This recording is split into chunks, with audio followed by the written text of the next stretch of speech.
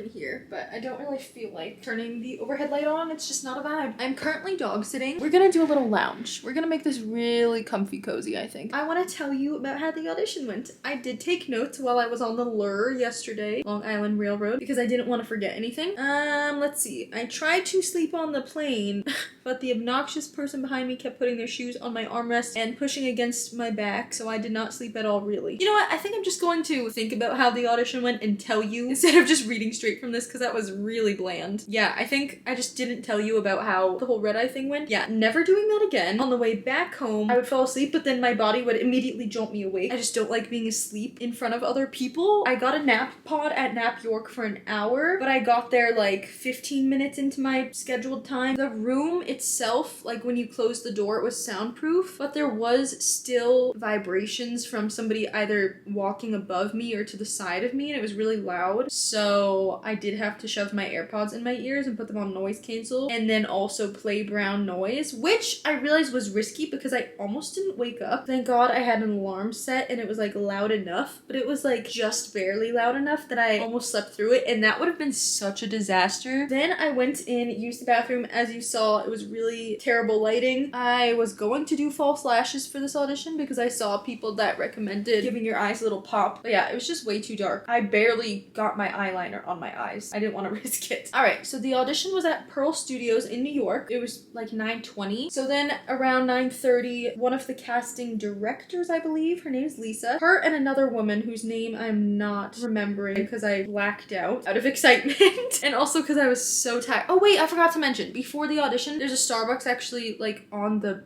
corner of the block next to Pearl Studios. So I mobile ordered ahead of time with my partner discount. I picked up my cold brew with white mocha and went on my merry way, and I was allowed to have the coffee in the studio, just FYI. The casting director got up and spoke to all of us. I don't remember what all exactly she said, but she just had a really nice vibe, really energetic, really great way to start off the day with everyone. And then she basically told us to line up and that we would scan the QR code, which you do for check-in. So we lined up, got my sticker 86,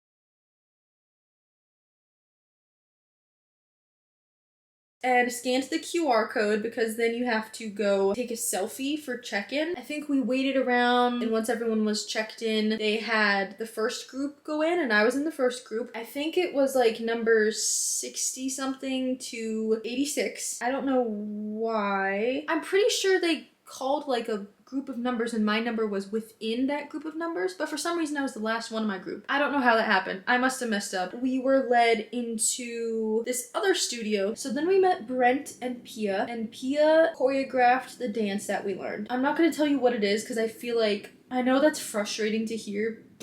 Maybe. I don't know. I don't know who I'm speaking to right now. I'm always a little frustrated when somebody says that they're not gonna share certain information in this kind of video because I'm like, that's why I'm watching your video. I wanna know exactly what dance you did so I can practice it before I get there. I wanna know what character you are friends with or that you got fitted for because I wanna know what they're thinking. Like, I just wanna know everything. So I totally get it if you are mad at me right now, but I'm not gonna tell you because I honestly think it's a refreshing experience to go in cold turkey and not know what's going on. So I'm going to give that gift to you. You're welcome. You're welcome. Okay, I need to take a potty break, so I will be right back. Don't go anywhere. If we stop believing we're meant to be, expanding our abilities.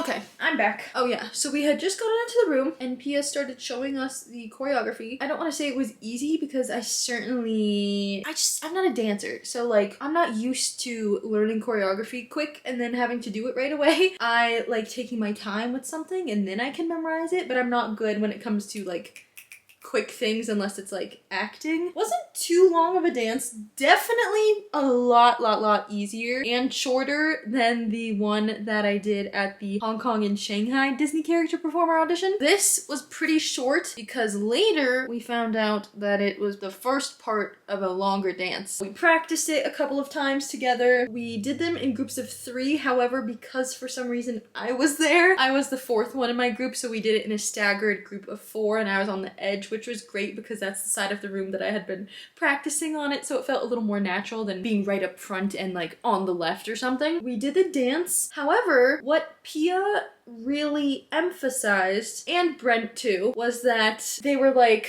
make choices, and they kind of hinted at the fact that we should be animating because again, there's a beginning part of the song before you even start the dance, and this time, A, I was going to do it anyway, but B, she really made it clear that that's what she wanted to see and that she was looking for clarity in choices. So doing things that the audience would understand, not making it super complicated, but also making it as big as possible. And Brent clarified we are all, is it called fur characters? Is that the proper term? I'm not sure anymore. Even if you are friends with a face character, you are friends with a fur character first. I already knew this, but it was really nice of them to emphasize this and emphasize how that is what they're looking for first and foremost. So I took that, and in my mind, I'm like, okay, I'm not the most coordinated, most graceful. I'm not gonna get all these steps perfectly and look amazingly next to all these people who all look like dancers. I don't know if I mentioned that, but everybody looked like a dancer when I walked into the room, to the point where I was like, am I in the right room? Like, I thought maybe I was in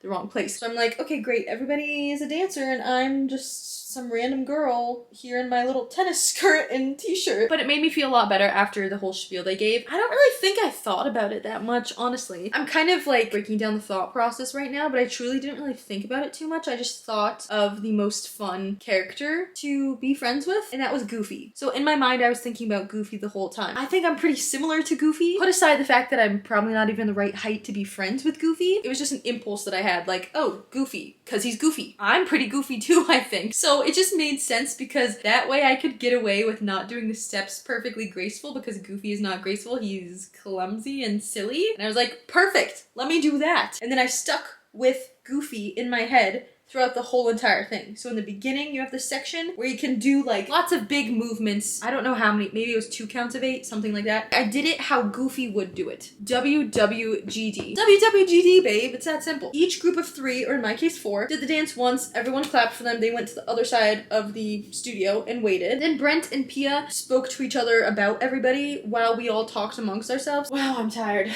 Similar to the Universal callback where I mentioned that they kind of just looked at everybody in the room. They did that, and then they made the cut, and they said, if you hear your number called, then we are keeping you. If you do not, thank you for your time, basically, and you're free to go. Because I was last in my group, I had to wait for everybody else to be called. They also ask you to say here once they say your number so that they know that you're there and that you heard them. Then when they said 86, I was kind of like shocked because I've never been kept. I've always been cut from these kinds of auditions. So I was like, here. I said it with like no emotion or anything. It was just like a pure shock. It was quite the moment. Then we all went back to the holding room because then they had 2 other whole groups to go through. What happened to 1 through like 60? Where did they go? I'm trying to remember if I even saw anybody with the numbers 1 through... No! Oh my god. You know, I'm so dumb. Okay, no, I'm not dumb. You know what I just realized? I don't know why I just realized this. It's probably because I was so tired and I only slept for like 45 minutes and then I went to this audition. When I went up to the check-in table, there's no way there could have been 85 people ahead of me. There is absolutely no way. They must have started with their stickers at like 60 or something because I was like the 20th-ish person in line. So there were not 120 people there. That makes so much more sense.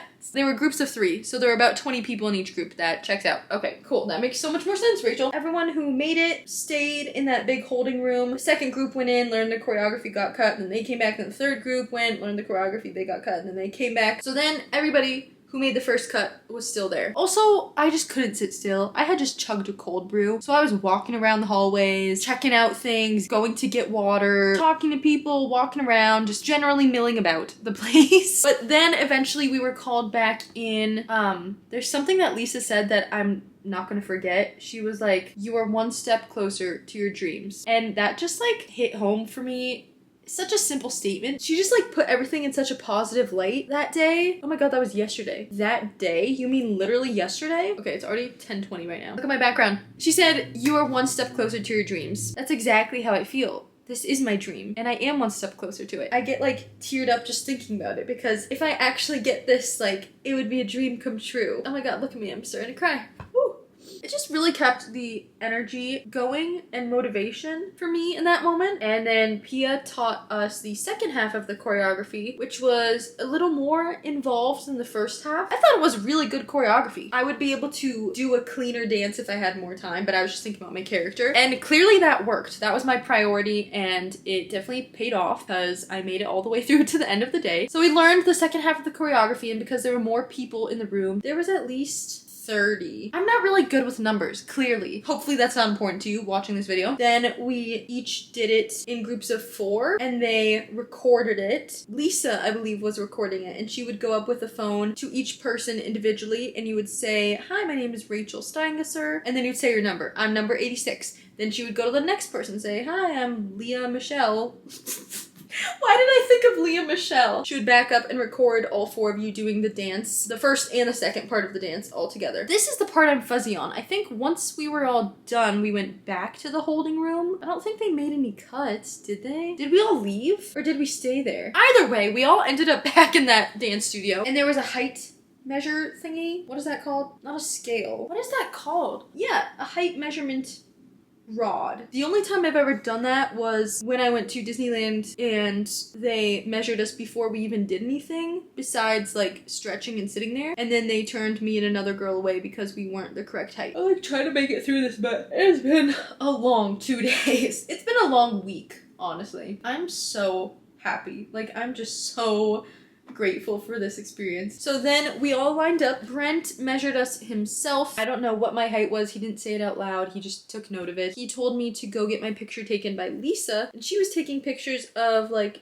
2 other girls. I right away saw the girls and I assumed, oh, this is for being in consideration for character lookalikes. And then I went into another line where they were measuring like the circumference of your head, the length from your wrist or your hand to your shoulder, just different measurements. I really wish I remember this other woman's name, but I truly just don't remember what her name was. She asked, "Do you have a valid passport?" And I was like, it's in the mail. And she's like, "Okay, I'm just gonna put yes." And I'm like, okay, thank God. I hope I have a new passport soon. They actually just emailed me today and they said that they received my picture. But yeah, they finished taking all my measurements. It just takes a while to like measure so many different parts of somebody's body. Everybody finished getting measured. Brent gave a couple of sides, which if you don't know what a side is, it's basically just like lines to read in character. It can be a monologue, which means it's just a paragraph that you're reading by yourself, or it could be like lines back and forth with other characters. I don't know what those people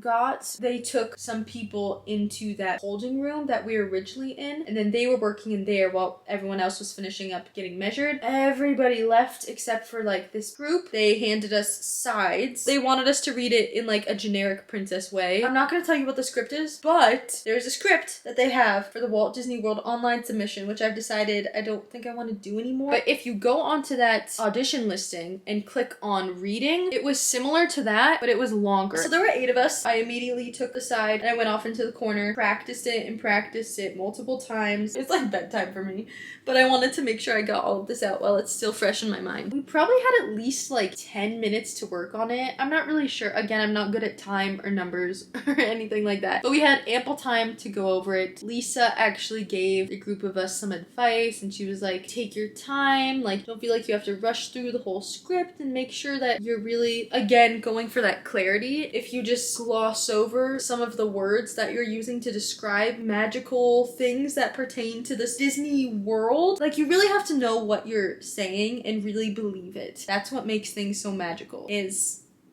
believing in them. Wow, that was profound. So then I went back, worked on the side a little longer, and I found some new things each time that I went over it that I wanted to incorporate. I'm not going to give you a whole acting lesson, but it's important to know what environment you are in, who you are speaking to, and then also, even if it's a monologue, when you have a conversation with somebody, this is so long-winded, I'm so sorry. Not only are you listening to what they're saying, but you know that they are listening to what you are also saying. Because if somebody's not listening to us and not paying attention, we're gonna stop talking. So if you're giving a monologue, it doesn't make sense for you to just blah, blah, blah, blah, blah, blah, blah, blah, blah, blah, blah. That's not how people talk. You wait to see that they understand what you're saying.